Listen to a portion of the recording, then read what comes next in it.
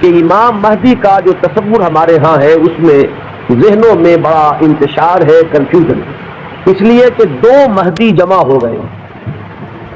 ایک تصور مہدی کا وہ ہے جو اہل تشیع کے ہاں ہے، اور ایک تصور مہدی کا وہ ہے جو اہل سنت کے ہاں ہے۔ ان دونوں میں زمین و آسمان کا فرق ہے۔ صرف ایک لفظی اشتراک نے، ایک نام کے مشترک ہونے نے ذہنوں کے اندر بہت سے مغالطوں کا جال جو ہے وہ پھیلا دیا۔ اس کے لیے مجھے جو بنیادی فرق ہے اہل سنت میں اور اہل تشیع میں، اس میں سے ایک موضوع پر گفتگو کرنی ہے۔ اہل سنت کا جو مجمع علیہ عقیدہ ہے، اسی سے ہم نے گفتگو شروع کی تھی، وہ ختم نبوت۔ نبی اکرم صلی اللہ علیہ وسلم پر ہر نوع کی نبوت ختم ہو چکی ہے۔ آپ کے بعد کوئی نبی نہیں ہے، نہ کوئی ذلی ہے، نہ بروزی ہے، نہ جزوی ہے، نہ کلی ہے، نہ صاحب شریعت ہے، نہ بغیر شریعت ہے، نہ صاحب کتاب ہے، نہ بغیر کتاب۔ نبوت کی بنیاد ہے وحی نبوت پر، اور وحی نبوت کا دروازہ بند ہو چکا، یہ کھڑکی ہمیشہ ہمیشہ کے لیے بند ہو۔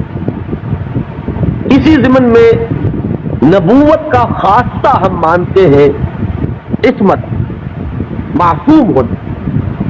معصومیت جو ہے یہ خاصہ نبوت ہے اہل سنت کے نزدیک۔ جب نبوت ختم ہوئی تو معصومیت بھی ختم، اب خطا کا امکان ہے، اجتہاد کا دروازہ ہے کھلا۔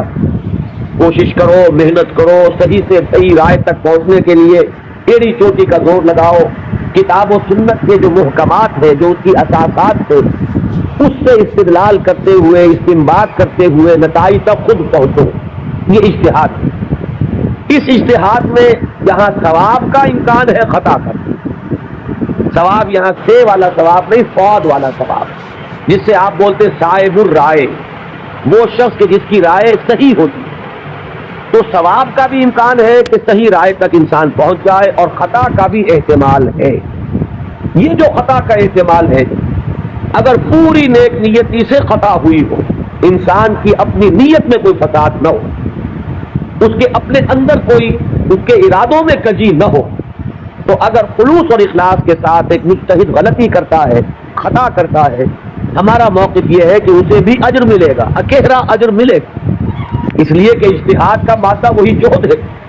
اس نے خلوص کے ساتھ محنت کی ہے، جد و جہد کی ہے، مطالعہ کیا ہے، غور و فکر کیا ہے، کتاب و سنت کی نصوص کو کھنالا ہے، اس نے ایک رائے قائم کی ہے۔ اس رائے کے قائم کرنے میں اگر وہ بردنائے طب بشری کسی خطا کا مرتکب ہو گیا ہے تو یہ اس کے دسترس سے، اس کے اختیار کے دائرے سے باہر ہے، لہذا اسے اس کی بہتر کا جو ثواب ضرور ہے۔ تو مجتہد مختی کے لیے اکیرا ثواب ہے، اور مجتہد مصیب یعنی جو ثواب تک پہنچ گیا، صحیح رائے تک پہنچ گیا، اس کے لیے دوہرا ہے۔ یہ معاملہ میں نے اس سے پہلے بھی ایک مرتبہ عرض کیا تھا کہ ہمارے ہاں اتنا قطعی ہے کہ ہمارے نزدیک حضرت ابو بکر بھی معصوم نہیں ہے، حالانکہ بالاتفاق وہ سب سے افضل ہے پوری نوع انسانی میں انبیاء کے بعد، افضل البشر بعد الانبیاء بالتحقیق، صرف اس امت میں نہیں، کل نوع انسان۔ جیسے کہ محمد رسول اللہ صلی اللہ علیہ وسلم تمام انبیاء سے، تمام رسولوں سے افضل ہے، اسی طرح آپ کی امت کے جو صدیق اکبر ہیں وہ تمام امتوں کے صدیقین سے افضل ہے، افضل البشر بعد الانبیاء بالتحقیق، ابو بکر صدیق رضی اللہ تعالیٰ۔ اب آپ سوچئے، ہماری یہ رائے ہے، کسی کی ہو یا نہ ہو اس سے اس وقت سروکار نہیں، ہماری یہ رائے ہے، اور پھر بھی ہم کہتے ہیں کہ ابو بکر بھی خطا سے محفوظ نہیں، معمول نہیں، ان سے بھی خطا کا امکان ہے، وہ معصوم نہیں ہے۔ عصمت جو ہے وہ خاصہ نبوت ہے، وہ محمد کے ساتھ ختم ہو گئی صلی اللہ علیہ وسلم۔ ابو بکر سے خطا ہو سکتی ہے، عمر سے ہو سکتی ہے، عثمان سے ہو سکتی ہے، علی سے ہو سکتی ہے، ہر شخص سے ہو سکتی ہے۔ اگر ان چار سے ہو سکتی ہے تو بقیہ پوری نوع انسانی تا قیام قیامت جو آنے والی ہے ان میں کوئی ان سے افضل نہیں ہو سکتا، بات ختم۔ لیکن اہل تشیع کا عقیدہ یہ ہے کہ نبوت کا دروازہ تو بند ہوا ہے، لیکن اس کے بعد امامت معصومہ کا ایک سلسلہ چلا، اور یہ امامت معصومہ اہل بیت میں ہے۔ نبی اکرم صلی اللہ علیہ وسلم کی جو اولاد حضرت فاطمہ رضی اللہ تعالی عنہا سے چلی ہے، یہ اس میں امامت معصومہ کا ایک سلسلہ ہے کہ تو آپ اچھی طرح جان لیجئے کہ ہمارے نقطۂ نگاہ سے تو وہ بھی ایک جزوی نبوت ہو گئی، جہاں خاصہ عصمت آ گیا، نبوت کا ایک جز آ گیا، تو ہمارے اور ان کے درمیان جو اختلاف ہے یہ کہ صحابہ میں افضل کون ہے، یہ معاملہ تو کچھ لوگوں کے اپنے ذوق کا بھی ہو سکتا ہے، مزاج اور رفتار کا بھی ہو سکتا ہے۔ ظاہر بات ہے کہ پسند ناپسند پر تو انسان کو اختیار بھی نہیں ہوتا۔ میں نے کئی مرتبہ عرض کیا کہ ایک ہی پودا ہے گلاب کا، اس پر پھول کھلے ہوئے ہیں، آپ کو کوئی ایک پھول زیادہ پسند آیا، آپ نے اس کو لے لیا اور آپ بتا بھی نہیں سکیں گے کہ اس میں آپ سبب کیا ہے، آپ نے دوسرے پھولوں کو چھوڑ کر اسے کیوں منتخب۔ تو یہ معاملہ اتنا بنیادی نہیں ہے، اگرچہ ہمارے نزدیک صحابہ کرام میں افضلیت کا ایک پیٹرن ہے اور وہ معین ہے کہ پوری امت میں افضل ترین 4 خلفاء ہیں اور ان میں ترتیب فضیلت جو ہے وہ ترتیب خلافت کے مطابق ہے۔ ابو بکر ہے، عمر ہے، عثمان ہے، پھر علی، ان کے بعد وہ 6 ہیں عشرہ مبشرہ میں، ان کے بعد اصحاب بدر، ان کے بعد اصحاب شجرہ، ان کے بعد تمام صحابہ ہیں، اور ان کے بعد پھر سلسلہ جو ہے وہ چلتا جائے گا، آگے بات میرٹ پر ہوگی، شخصی میرٹ پر۔ لیکن یہاں جو ہے معاملہ شخصی میرٹ کا نہیں ہے، یہاں تو معاملہ جو ہے معین ہے کہ یہ سیڑھیاں ہیں، تو یہ ہے ہمارا ایک موقف۔ لیکن میں پھر بھی عرض کروں گا کہ اس کو میں کوئی اہم عقیدے کی بات نہیں کہتا، یہ ایک ذوق کا معاملہ بھی ہو سکتا ہے۔ یہاں تک کہ امام الہند حضرت شاہ ولی اللہ دہلوی رحمۃ اللہ علیہ نے ایک بڑی عجیب بات لکھی، وہ یہ لکھتے ہیں کہ اگر میری طبیعت کو اس کے آزاد رجحان پر چھوڑ دیا جائے تو وہ فضیلت علی کی طرف زیادہ مائل ہے۔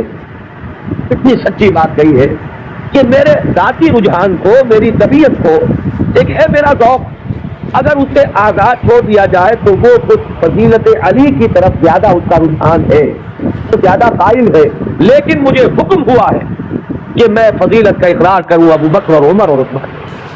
اب یہ ہے مقام، یہ جامعیت ہے، یہ توازن ہے۔ لہذا میں عرض کروں گا کہ اس مسئلے کو میں صرف بھی ثانوی کہوں گا، دوسرے درجے میں، لیکن یہ جو بنیادی بات ہے یہ بہت بڑا اختلاف ہے، اور ہمارے اعتبار سے تو در حقیقت یہ ایک جزوی نبوت ہے کہ جس کے قائل ہیں ہمارے یہ بھائی جو اپنے آپ کو اہل تشیع ہے۔ بہرحال ان کا بھی آگے سلسلہ یہ عام معلومات کے لیے بھی بات ہے کہ ذہنوں میں رہنی چاہیے، ہمیں اکثر و بیشتر بڑی بنیادی باتیں بھی اپنی تاریخ کی معلوم نہیں۔ ہم چونکہ سنی ہیں، سنیوں کے اختلافات کو ہم جانتے ہیں، لیکن یہ کہ اہل تشیع میں اختلاف آگے کیا ہوئے ہیں اکثر و بیشتر ہمارے علم میں نہیں ہے۔ ان کا جو یہ معصوم امامت کا سلسلہ ہے، حضرت علی، حضرت حسن، حضرت حسین، حضرت حسین کے صاحبزادے حضرت علی بن حسین جنہیں امام زین العابدین کے نام سے پکارا جاتا ہے، پھر ان کے بیٹے ہیں محمد باقر، ان کے بیٹے ہیں جعفر، جن سے فقہ جعفری چل رہی ہے۔ یہ 6 امام تو ان کے ہاں متفق علیہ، ان میں تو یہ جو شاخ چلی ان میں کوئی اختلاف نہیں ہے کہ یہ سب کے نزدیک ان میں متفق علیہ ہے ان کی امامت، اور یہ سب امام معصوم شمار ہیں۔ لیکن 7ویں امام پر آ کر ان کے ہاں ایک تقسیم ہو گئی۔ بڑے بیٹے اسماعیل تھے تو ان سے ان کے ماننے والے اسماعیلی کہلائے۔ اختلاف ہوا کہ اب امامت جو ہے حضرت جعفر صادق کی اولاد میں سے کس کی طرف منتقل ہوئی، اختلاف۔ بڑے بیٹے کے ماننے والے یہ کہلائے اسماعیلی، اور چھوٹے بیٹے سے جو چلا وہ پھر مسئلہ وہی چل رہا ہے۔ ان کے پھر مزید 6 امام ہیں، جن میں سے 11ویں امام جو ہے ان کے بارے میں ایک تو تاریخ کی روایت یہ ہے کہ وہ لا ولد فوت ہو گئے، اور ایک روایت جو اہل تشیع کے ہاں ہے وہ یہ ہے کہ ایک بچہ ان کے ہاں ہوا تھا جس کو انہوں نے اخفاء سے کہیں بھیج دیا باہر، اندیشہ یہ تھا کہ حکومت وقت اس کو قتل کرے۔ وہ ہے ان کے تصور میں امام مہدی، وہ جن کو بچا لیا گیا تھا وہ کہیں کسی غار میں روپوش ہے، اور وہی ہے آخری زمانے کے قریب ان کا ظہور ہوگا، وہ زندہ ہے، غار میں موجود ہے، ان کا ظہور ہوگا، وہ امام المہدی ہے۔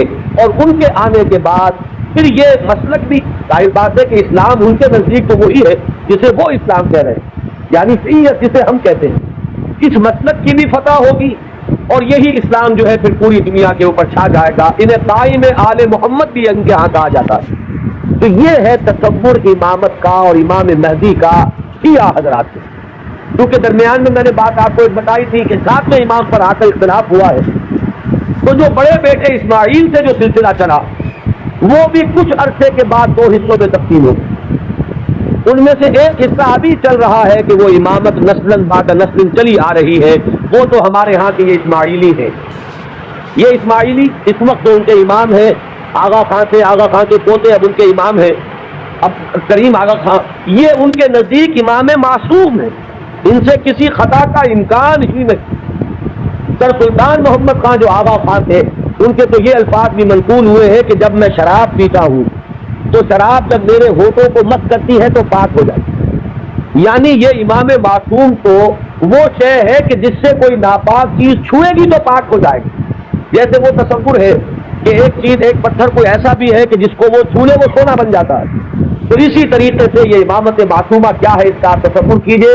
تو جو ایک لائن ہے امامت کی وہ تو در حقیقت ان کے ہاں کہ وہ امامت معصومہ کا تصور جو ہے بغیر کسی سلسلے کے ٹوٹے ہوئے وہ چلا آ رہا ہے ہمارے ہاں، جن کو ہم آغا خانی کہتے ہیں، اسماعیلی کہتے ہیں، ان کے ہاں۔ ان کے ہاں دوسری شاخ ہو رہی تھی کہ اس میں بھی آگے چل کر امام غائب ہو گیا، وہ دوسرا امام ہے غائب۔ تو ایک امام غائب تو وہ ہے جنہیں امام المہدی کہا جاتا ہے، وہ ہمارے ہاں کے جو عام شیعہ حضرات ہیں جنہیں اثنا عشری شیعہ کہتے ہیں، یعنی 12 اماموں کے معنی میں۔ ایک وہ جو شاخ اوپر والی ہے اس کو شش امامیہ کہتے ہیں، یعنی 6 اماموں تک تو متحد آئے، اس کے بعد 6 کے بعد 7 امام پر ایک شاخ نکل گئی، تو وہ شش امامیہ کہلاتے ہیں ان کے نزدیک، اور خود کو یہ کہتے ہیں اثنا عشری۔ لہذا کسی بھی شیعہ دوست سے اگر بات ہو آپ شیعہ کہیں گے تو وہ کچھ برا مانے گا، چپ رہے، آپ سے احتجاج نہ کرے تو بات اور ہوگی، لیکن یہ کہ اگر آپ ان سے مہذب انداز سے سوال کرنا چاہیں تو آپ کا سوال یہ ہونا چاہیے کہ کیا اثنا عشری ہے؟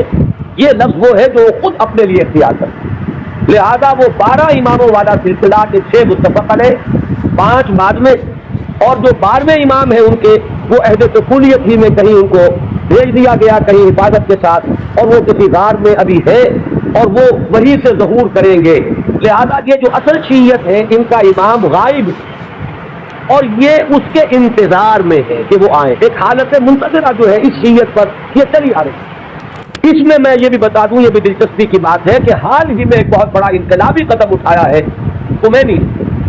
خمینی نے یہ فلسفہ پیش کیا اور اس کو قبول حاصل ہو گیا ایران میں کہ یہ جو ہم امام منتظر کے انتظار میں رہیں گے اور کچھ نہیں کریں گے تو یہ تو بہت غلط معاملہ ہے کہ آنے والا ہی آئے گا تو کچھ ہوگا، ہم تو کچھ کر نہیں سکتے۔ اس نے تو ہمارے اوپر تعطل طاری کر دیا ہے، ہم لوگ جو ہے بالکل ظالموں کے لیے اور غلط کار لوگوں کے لیے نرم چارہ بن گئے ہیں، جیسے چاہے وہ کریں، ہم تو ہاتھ کر سکتے، اس لیے تو ہم تو منتظر ہیں کہ کوئی آنے والا آئے گا تو صورت بدلے گی۔ تو انہوں نے فلسفہ پیش کیا کہ جب تک وہ امام غائب ظاہر نہیں ہوتے، نائب امام کی حیثیت سے کوئی شخص وہ تمام اختیارات ہاتھ میں لے سکتا ہے جو اصل میں امام ہے۔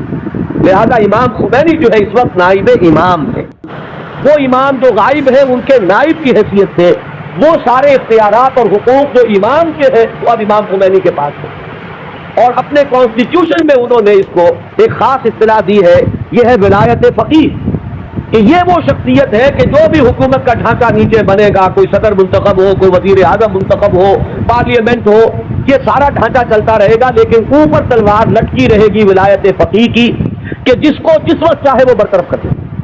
یہی وجہ ہے کہ وہ ابو الحسن بنی صدر جو ہے وہ پیرس میں بیٹھے ہوئے ہیں، حالانکہ بہت بڑی اکثریت سے اس وقت ہمیں یہی بتایا گیا تھا واللہ عالم کہ بڑی عظیم اکثریت سے وہ صدر منتخب ہوئے تھے، لیکن بہرحال یہ تو نیچے کا ڈھانچہ ہے، اصل میں تو اوپر ولایت فقیہ ہے، اس کا اعتماد حاصل رہے گا تو کوئی شخص رہے گا، ورنہ نہیں۔